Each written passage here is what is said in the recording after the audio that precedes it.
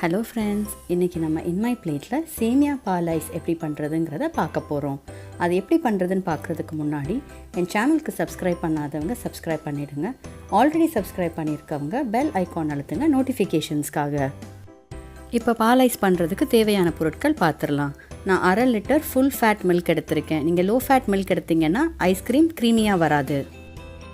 75 gram அல்லது 1 cup சேமியா, 150 gram அல்லது 3/4 கப் சர்க்கரை. உங்களுக்கு இன்னும் சுவை அதிகமாக வேணும்னா கூட சர்க்கரை சேர்த்துக்கலாம். 5 ml வெண்ணிலா எசன்ஸ் மற்றும் 2 ஸ்பூன் பாலில் கொஞ்சமாக குங்குமப்பூ கலந்து விட்டுக்கோங்க. வெண்ணிலா எசன்ஸும் குங்குமப்பூவும் கட்டாயம் கிடையாது. ஒரு பால் பாத்திரம் அல்லது ஒரு கனமான வாணலியில் நம்ம வச்சுருக்க சேமியாவை போட்டு பொன்னிறமாகிற வரைக்கும் வறுத்து எடுத்துக்கலாம். 2-3 நிமிஷம் நம்ம சேமியாவை வறுத்ததுக்கப்புறமா அது பொன்னிறமாக ஆரம்பிச்சிருச்சு. அதை இப்போ நம்ம ஒரு சில்வர் பிளேட்டில் மாற்றி ஆற விட்டுறலாம். அது இருக்கட்டும். இப்போ பால் எப்படி பண்ணுறதுங்கிறத பார்த்துடலாம். அதே வாணலியில் நம்ம வச்சுருக்க பாலையும் ஊற்றி நல்லா கொதி வர வரைக்கும் அதை நல்லா கிண்டி விடுங்க. அடி பிடிக்காமல் கிண்டி விடணும். ஒரு 10 நிமிஷமாவது நம்மளோட பால் கொதித்து வற்றி வரணும். நம்ம வச்சுருக்க அளவை விட அட்லீஸ்ட் ஒரு 3/4 அளவு அல்லது அரை அளவுக்கு பால் கம்மியாக ஆகணும். இப்போ சுமாராக 1/4 மணி நேரத்துக்கு சிம்மில் வச்சு கொதிக்க விட்ட பால் வற்றி அரையாக வந்திருக்கு. அதோட நம்ம ஏற்கனவே வறுத்து வச்சுருக்க சேமியாவை சேர்த்து கிண்ட ஆரம்பிச்சிடலாம். ஏற்கனவே நம்ம சேமியாவை வறுத்ததாலையும் பால் இப்போ கொதிச்சுக்கிட்டு இருக்கிறதுனாலையும் நம்ம சேமியா சீக்கிரமாகவே வெந்துடும். நம்மளுடைய பால் சீக்கிரமாக இப்போ திக்காக ஆரம்பிச்சிடும். ஸோ இந்த நிலையில் நீங்கள் ரொம்ப கவனமாக இருக்கணும். அடிப்பிடிக்காமல் பார்த்துக்கோங்க.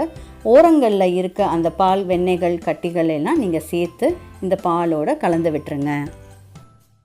நம்ம சேமியாவை போட்டு இப்போ ஒரு 5 நிமிஷம் இருக்கும். சேமியா நல்லா வெந்துருச்சான்னு டெஸ்ட் பண்ணி பார்த்துக்கோங்க. அப்புறமா நம்ம வச்சுருக்க சர்க்கரையை சேர்த்துக்கலாம். சர்க்கரையை போட்டோடனே இன்னும் வேகமாக பால் திக்காக ஆரம்பிச்சிடும். நம்ம இங்கே கவனமாக பார்க்க வேண்டியது, நான் இங்கே கார்ன்ஃப்ளவரோ இல்லை வேறு எந்த பால் பவுடரும் நான் சேர்க்கலை.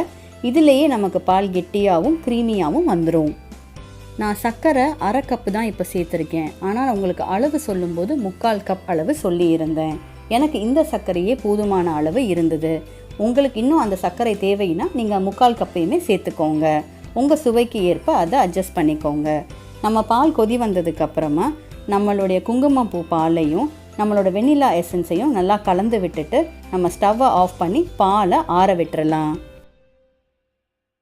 சுமாராக 1/2 மணி நேரம் நம்மளோட பால் ஆறுனதுக்கப்புறமா அதை நம்ம வச்சுருக்க குல்ஃபி மோல்டில் ஊற்றி ஃப்ரீசரில் 8லேருந்து 10 மணி நேரம் வச்சிடலாம். நான் வச்சுருக்க 6 மோல்டுக்கும் ஊற்றிட்டேன். கரெக்டாக என்னோடய 1/2 லிட்டர் இந்த 6 மோல்டு அளவுக்கு தான் இருந்துச்சு. இப்போ 8 மணி நேரம் கழித்து எப்படி இருக்குங்கிறத பார்த்துடலாம். ஒரு பாத்திரத்தில் நார்மலாக டேப்பில் வர தண்ணியை பிடிச்சி நம்மளோட மோல்டை அதுக்குள்ளே நனைச்சி எடுத்துடலாம். ஒரு 1/2 நிமிஷமாவது நீங்கள் அதை முக்கி வைக்கணும். அப்போ தான் ஈஸியாக நமக்கு ஐஸ்கிரீம் அந்த மோல்டை விட்டு வரும். நம்மளோட சுவையான சேமியா பால் ஐஸ் ரெடி ஆகிடுச்சு.